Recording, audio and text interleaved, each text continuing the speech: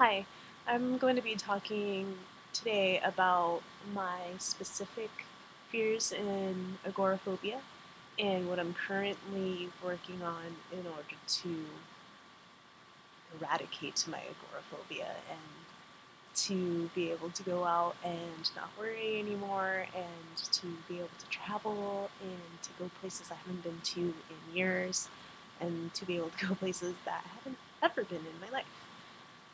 So I've been working with this. It's the Agoraphobia Workbook.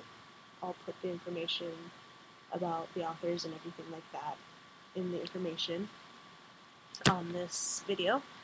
And so basically, I don't want to go through the entire book, but I want to go through the pieces that I think are important because they're not often discussed, or at least I haven't had a lot of experience hearing about it, either in therapy or in other workbooks that I've read. Um, so most everyone's heard about exposure therapy, which is basically going and exposing yourself to what you're afraid of. And I've noticed that that doesn't always work. Sometimes you don't feel as successful as you should once you've done an exposure. Maybe sometimes it's too much for you, and there's no reward after for such a big, horrible panic attack that you've had. You're just like, oh great, well I just sat through this panic attack and yeah, it ended, but man, that sucked, and maybe next time I'm gonna have to sit through it again. Um, so, I mean, I'm not trying to dissuade any of you from doing this. It's a lot better to go and like do it than to avoid it. However, there is a component in this workbook that I found really interesting and at times a little silly, but you know, you need a little silly in your life to make you feel better about all of this. Um, so before they actually do make you go out into the world and have your real life exposures and experience, you know, these waves of panic and feel okay with them, they actually have you identify symptoms that bother you before, like immediately before and during the panic attacks. And so they call these feared sensations. And they include things such as heart palpitations, dizziness, lightheadedness, faint-like feelings, shortness of breath, difficulty breathing, choking sensations, numbness, tingling. Now for me, yeah, some of those bother me, but one in particular I really hate it, and that's, they call it feeling dissociated, detached, as if you're observing yourself from the outside. I absolutely hate this one. It makes me feel like I'm gonna go mad, that I'm going to fade into nothingness, that I'm gonna float from the planet and cease to exist. So that's one that I really want to work on. And what they actually have you do is they call it interoceptive exposure. So basically what this kind of exposure is that you purposefully evoke the sensation in a place where you feel safe. So for agoraphobics, usually that's going to be in your own home. So they actually have a list of ways to evoke all of these sensations that they list here. And for feeling unreal or detached, they list a few things. However, I've also found a research paper from some master's students, and it looks like their supervising professor, on interoceptive exposure exercises for evoking depersonalization and derealization. And it's a pilot study, however, despite it just being a pilot study, it still provides a lot of good ideas of things to do. First, I'll discuss the activities that are listed in the workbook, and then I'll go on and list the things that they came up with in this pilot study.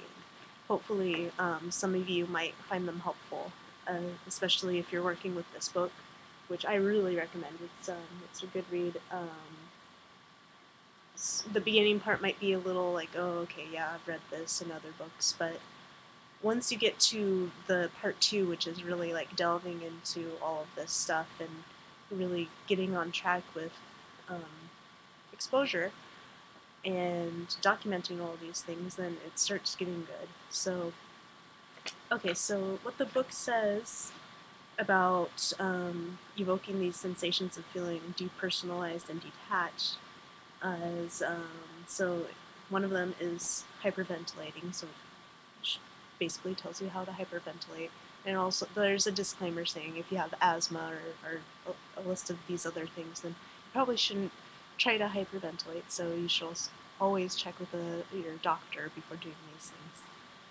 One of the ones that really worked for me, although it didn't evoke a lot of anxiety for me, it did evoke strong feelings of depersonalization, was staring in your mirror image. So there's a mirror here, and you just stare at yourself for 2 minutes, and then you build up to 3 minutes. And the whole idea is to set a timer and not pay attention to that timer and just fully immerse yourself in your own image and stare at yourself.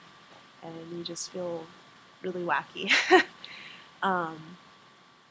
But basically you do that until your timer goes off, and then you go through this worksheet which asks you to rate from 0 to 10 how unreal you felt, and then from 0 to 10 how anxious you felt. And your whole goal is to keep that sensation of unrealness up to whatever it was, which hopefully was like an 8 to 10 or something like that. Keep it up there, but then bring your anxiety down. So it might like start at maybe 5 and work its way down to 1 or 0. And you want it down to a 1 or a 0 before proceeding to going to an outside exposure that might elicit that feeling. That way you're not fearing that sensation, and you're able to just deal with the anxiety attack that you might have without that added stressor of feeling like, oh my god, here's this unreal feeling and I'm afraid that it's going to cause me to go insane. So another one that they list is staring at a page full of dots or at a checkered surface, and some of you might already have experience with this, but it like kind of messes with your eyes and just, I don't know. But I haven't actually tried this one because I don't really have a page full of dots. There's some pictures online, and I didn't really feel like looking around too much. Instead, I actually did some research and found this paper that I had mentioned before that is a pilot study on finding different exposure exercises to evoke these feelings. So let's go to the table. They too have mirror staring and dot staring. They also have one of the ones that my favorite that I love and hate is the strobe light, which basically you have a strobe light in a completely dark room with no distractions, no noise distractions, no light distractions, nothing like that. And you sit down in this dark room and you put this strobe light behind you, about a meter behind you, which is about 3 feet, and you put it behind you and you look on the wall directly in front of you and you stare at your shadow. And you do that for 2 minutes, and you can build yourself up to 3 minutes or maybe even longer if you want. And for me, it made me very anxious, very, very, very anxious. And you just keep doing it until you lower your anxiety level and you don't feel that anxiety, but you're going to continue to feel unreal because it really messes with your brain. And once I get my anxiety level to a 0 or a 1 with the strobe light, I'm going to try doing, they have another one which is a combination of hyperventilation and the strobe light. Hyperventilation for me doesn't really evoke a lot of anxiety. but I think in combination with the strobe, it will be quite a bit more. So I want to try that once I get the strobe light down. They also have spiral staring, which is basically staring at a little, you're getting very sleepy spiral. And then they have a combination of hyperventilation plus the spiral. And they have stimulus deprivation, which is basically you can like go and shut yourself into a closet and blindfold yourself and put earplugs in, and basically no stimulus, no sound, no light, no sight, no nothing. They also have the light bulb, which I believe is like being questioned by the police, where you have the light that's right in your eyes. I didn't read that one closely. Participants were seated at a desk with a small reading lamp to their left and a newspaper. Oh, this is light bulb staring and reading. Okay. That's the only one I see on here, so I'll go ahead and read that. So they're seated at a desk with a small reading lamp to their left and a newspaper in front of them. The 60-watt light bulb in the lamp was pointed directly at the participant from a distance of 45 centimeters. So yeah, it's sort of like the whole Inquisition. Like, where were you at 4 p.m. on a Thursday of December 1st of 2011? I don't know. That's probably here. So yeah. And then the experimenter verbally instructed each participant to stare at the light bulb for a period of 30 seconds and then read from the newspaper for 30 seconds. Staring at the light bulb and then reading from the newspaper was repeated 3 times for a total of 3 minutes. So that sounds interesting. That might, I don't know. I'll have to try that one. But so far I've tried the mirror staring, which made me feel unreal, but not too anxious. It might make you feel anxious, so you might want to try it. Stimulus deprivation, which is basically just blocking out all noise and light for a period of, it looks like 3 minutes, but you can build yourself up to that once again. Hyperventilation I've also tried. I've tried it for 1 minute, and I've also tried it for 3 minutes. I didn't get too much anxiety.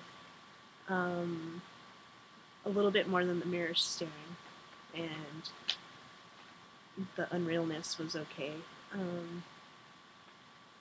And I've also tried the strobe light, which was maximum for me on both accounts. Both the feelings of anxious and feelings of anxiety and feeling unreal. So those are just a few things that you can try if you really hate feeling unreal like I do, and making yourself not so afraid of those feelings anymore. So that when you're out in the real world and you start feeling a little unreal, maybe it won't contribute as much to a full-blown anxiety attack. Or if you do have an anxiety attack, you don't have to worry about those sensations on top of it. So I hope that's helpful for you. I'll post both the information on the workbook and the information on the academic journal article on, I think the information's going to be right there. You will need some sort of like library affiliation or something in order to get the journal article, but if you really want to read it, you can contact me and I can probably get you a copy. So my next video, I might talk about another section in this workbook because I really like it. I've just started out with it, so it's not like, oh, I'm all better now, but I can definitely foresee this being a good first step and hopefully a last step. Thanks.